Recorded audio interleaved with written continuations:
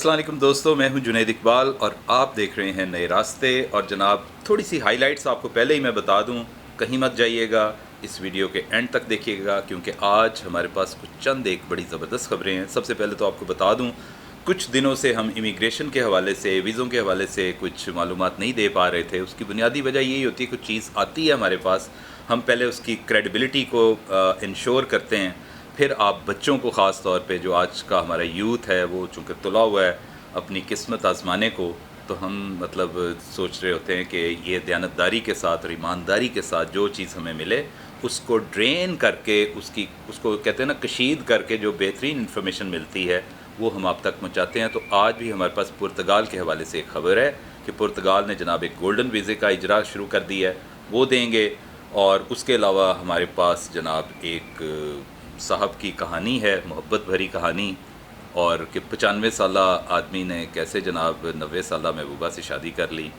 और इसके बाद गाड़ियों की कीमतें जनाब बढ़ गई हैं, होश रुबा इजाफा है, वो भी आपको बताएंगे।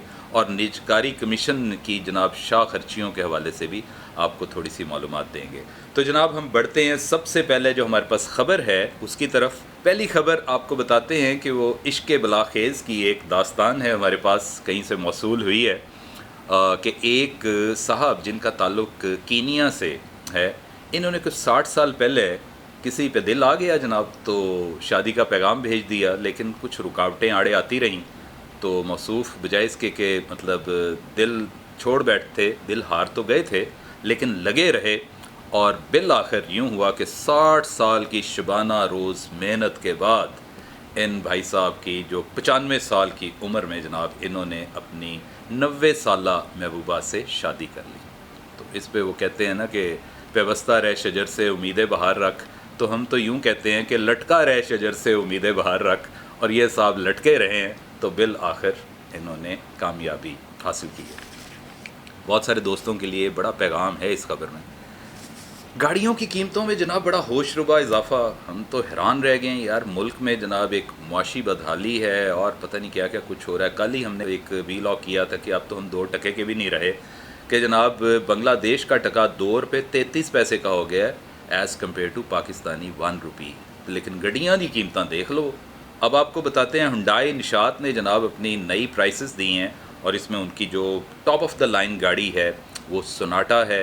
सोनाटा के बाद जनाब टुक्सन आ जाती है, टुक्सन के बाद फिर एलेंट्रा है, और तकरीबन 2.5 लाख का इजाफा हो गया है। एलेंट्रा 2000 सीसी की कीमत मैं देख के हैरान रह गया कि जनाब उसकी कीमत है 71 लाख 71 लाख और 80,000 रुपीज़। ये जनाब एलेंट्रा की कीमत है, जो बज़ाहिर एक सादा सी गाड़ी लगती है।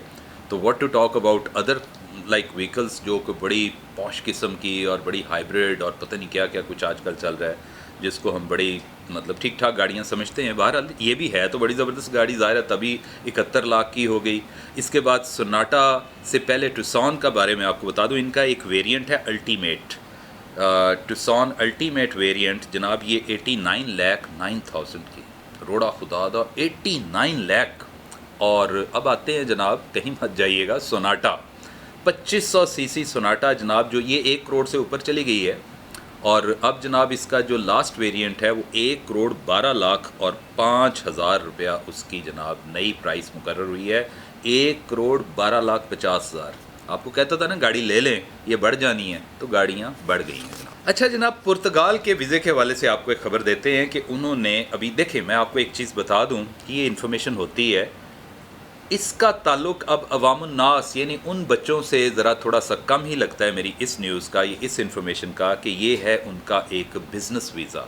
अब बच्चे तो बिज़नेस वीज़ा अभी नहीं हासिल करेंगे ना, कोई स्टूडेंट वीज़ा के लिए जाता है, कोई और मतलब एक वर्क परमिट की हासिल करने के चक्रों में होता है।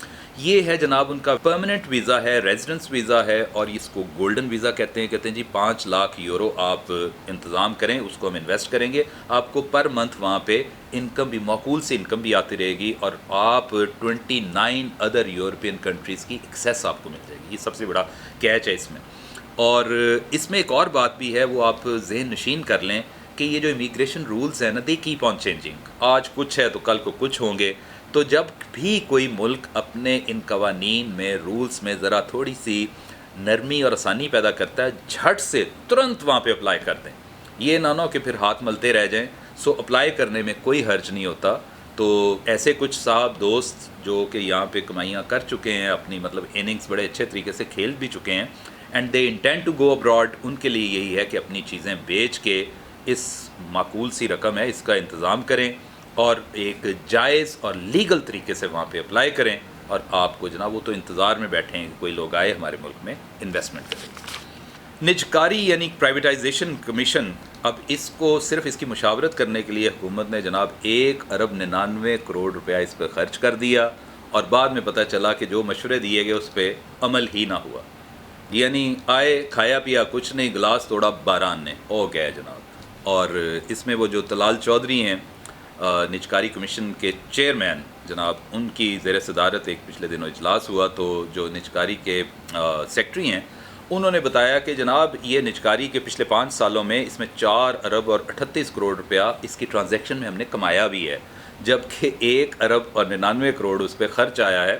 اس کی مطلب کہہ لیں کہ اس کو آپریشنلائز کرنے میں اس کی آپریشنل کاسٹ ایسے آئی ہے. تو مطلب یہ تو عالم ہے یہاں پہ. تو سوچا کہ آپ کو یہ بھی بتا دیں کہ یہ اب تک نجکاری کمیشن نے کیا کیا ہے.